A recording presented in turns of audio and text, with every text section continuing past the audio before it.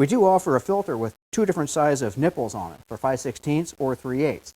Now the trick is, you don't want to try and take a 5/16 fuel line and shove it on the carburetor as hard as you can and try and get it on there. All you're doing is ballooning this out, and you're just asking for a fuel leak. Fuel leak and a hot exhaust don't mix real good. You're asking for a barbecue. So make sure you're using the right size fuel lines for your vehicle. Now this car is equipped with a 3/8 steel fuel line coming from the fuel pump. So we selected a 3/8 ferrule fitting that's supplied in the kit.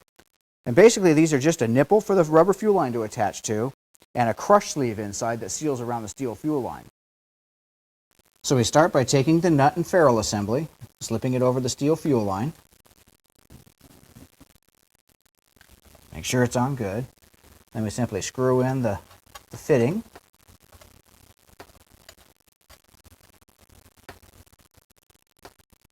And then give it a good cinch down.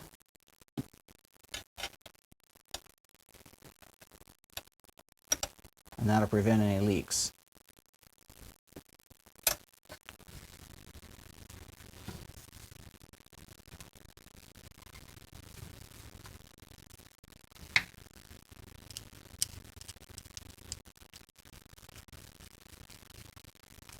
Now that's ready to go. Now our Edelbrock carburetors come with a fuel fitting, comes straight out the side. This is standard equipment. And we can take the fuel line and stick it on here. Just because we give you 2 or 3 feet of fuel line doesn't need to use all of it. So let's cut it to size. And we're going to do something a little more than this. Rather than use this fitting, we offer what we call a Banjo Fitting. It's a 90-degree Banjo Fitting, number 8089.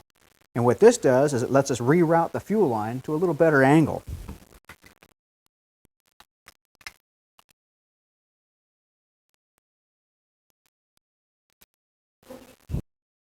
Now what comes in the kit is a Banjo Fitting and a couple of gaskets.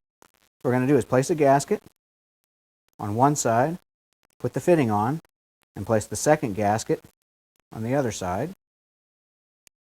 Now it's ready to install.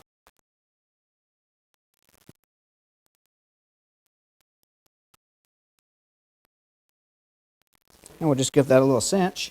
You don't want to over tighten these. Just good and snug. It's plenty fine. Now we'll be able to route the fuel line up underneath and straight up in. So we're going to cut it to size.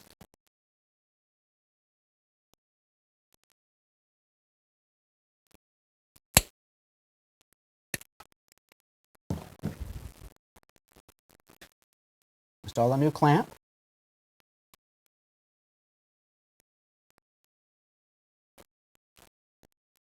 Put it on and give it a tighten. Now you want to be sure that your fuel line doesn't interfere with any linkages over here. Ours goes underneath and around and doesn't interfere with anything. So that's all nice and routed really good. Something very important about installing a new carburetor, our Edelbrock carburetors do not have built-in fuel filters. Some OEM carburetors and even some aftermarket carburetors have filters built in. And I can't stress enough how important a fuel filter is.